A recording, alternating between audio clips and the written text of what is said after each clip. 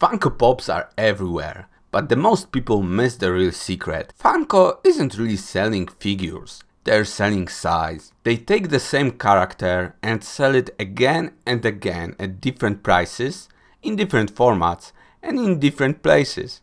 In this video, we'll break down how Funko uses size as a business strategy, and how you can steal this idea for your own brand. Funko has turned a simple big-headed vinyl figure into a multi-billion-dollar business. How? By not treating the 4-inch pop as a one product, but as the center of a size ecosystem. From tiny under an inch PT pop to pocket-sized keychains, from standard 4-inch figures to 18-inch mega pops. They've built a ladder where every step is a different price point for the same character.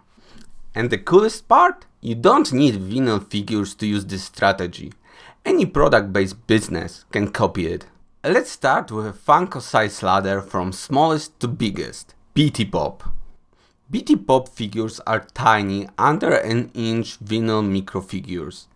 They're small enough that you can fit a whole set of them in a palm of your hand. Funko markets them as mini vinyl figures and often sells them in sets of 4, with one mystery or chase figure to make them feel like a mini hunt.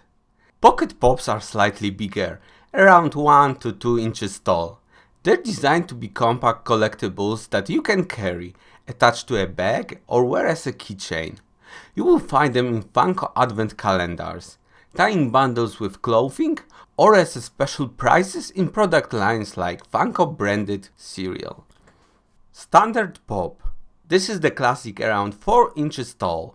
The one you see in every comic shop, toy store and online store. The Standard Pop is the core revenue engine, the version people buy over and over in different characters and variants. Big Bob's figures that are at least 5 inches tall but still fit in a normal pop box. Super figures at about 6 inches, a bit more premium. Jumbo at 10 inches and Mega around 18 inches, designed as display scale self-dominating pieces. So one character can become PT Pop, Pocket Pop, Standard, Super, Jumbo, Mega.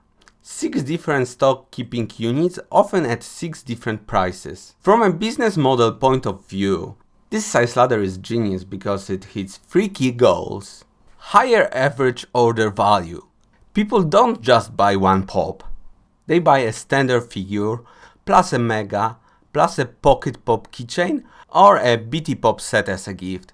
Suddenly, $15 become 50 in one transaction. More purchases per customer. A collector doesn't stop at the standard version. They might buy a tiny pocket-sized figure first, then the full-sized one, and then a rare mega or jumbo later. That's the same IP generating 3 separated sales from the same person. Lower cost per additional stock keeping unit. Once the design, license and mold exist, adding a different size or variant is mostly about tweaking the tooling and packaging. Funko doesn't need a new brainchild for every product. It just needs to think, how big or small do we make it this time? Because of this strategy, Funko Pop line grown into a hundreds of millions dollar engine, with global sales approaching around $1.1 billion in recent years.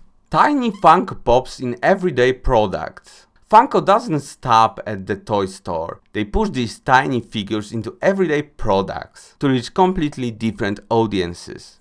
One great example is the 1-inch Funko Pop figures that come inside Kinder Joy eggs.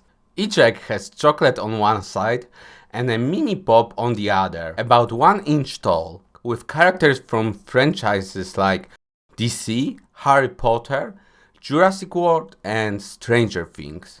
This is a brilliant move because it turns a snack into a collector's hunt and brings Funko into supermarkets where parents and kids who might never visit a comic shop still see the brand. Another tiny format is BT Pop sets, sold in small acrylic boxes that look like mini pop packaging. These are perfect for gift giving, desk decor or mini collections for people who don't want to risk space, or price on full-sized pops. Other Funko products that use the size concept: BT Pop spin-offs and packet pop formats. BT Pop: tiny ultra collectible figures you can stack in a small box or on a tiny shelf. Pocket Pop keychains: 1 to 2 inch figures that double as wearable or bag attachable collectibles. Pop ornaments: tiny pop-style pieces that become Christmas tree-ready collectibles. Other small but premium lines. Pop pins: standard-sized enamel pins, but some are colossal 4-inch pins with built-in stands, like the Toy Story Pop, Pin Woody and Buzz Lightyear. Pop watches: Funko turns classic cereal mascot characters like Frankenberry, Count Chocula and Boo Berry into wearable pop-style watches.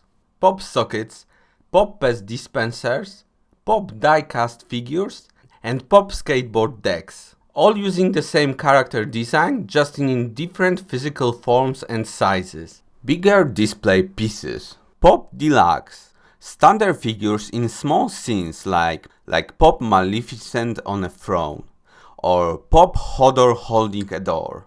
Pop Riders, Pop Trains, Pop Town, Pop Moment, all bundle standard size pops with vehicles, buildings, or scene bases to feel like a bigger experience, even though they're still rooted in the same 4-inch design. So again, Funko isn't just selling figures, they're selling sizes, scenes and formats built around the same visual language. How you can copy this size strategy? You don't need vinyl figures to use this model. You just need to think in tiny, standard, premium instead of only one SKU. Build your own size ladder. Map your core products to 3 tiers: tiny/impulse, like BT Pop or 1-inch Kinder Joy Pops, cheap, grab and go, low risk. Example: samples, mini versions, key fobs, snack style bundles.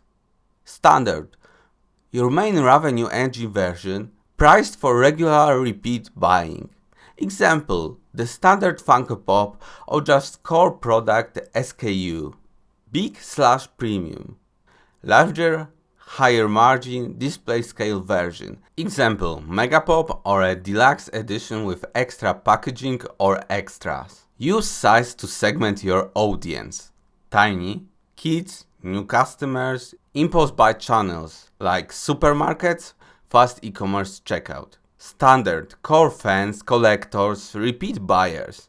Big premium, hardcore fans, gift buyers, display-minded collectors. Turn size into scarcity and collectibility. Funko does this with BT Pop sets that include one chase or mystery figure, Pocket Pop advent calendars and cereal pack exclusives. Kinder Joy series that rotate by franchise, like DC, Harry Potter, Jurassic World and Stranger Things. Besides that, you can do a limited run tiny version once per year. Create mini plus standard plus premium sets that feel incomplete unless you buy all 3. Keep the design language consistent. Whether it's 1-inch Kinder Joy Pop or an 18 mega, it still looks like a Funko Pop because of the shared style: big head, stylized proportion, simple colors. Your rule: same visual DNA across all sizes, different names and packaging like mini, standard, pro, mega, or your own branded terms that feel like a ladder. Test pricing and bundling around size. Once you have multiple sizes, experiment with bundles. Buy the mini plus standard for example, 15% off. Upgrade paths. Swap your mini for the standard and only pay the difference.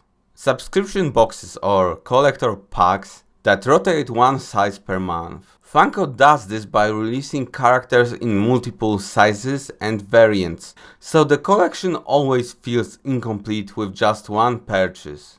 Funko proves that selling the same concepts in many sizes is not just a gimmick, it's just a scalable, profit-driven business model. By adding tiny BT Pop, Pocket Pop keychains and ornaments, 1-inch Kinder Joy style figures and giant display scale Mega Pops into the chain, they turn one design into a mini, mid and premium funnel that fits people deeper into the ecosystem. So if you run a product-based business, ask, can my product live as a tiny impulse version, a standard cord version and a big premium version? Can I make one of these tiny sizes so cheap and fun that even non-fans will grab it? If the answer is yes, you've basically got your own Funko style size ladder ready to plug into your store or your SaaS pricing page.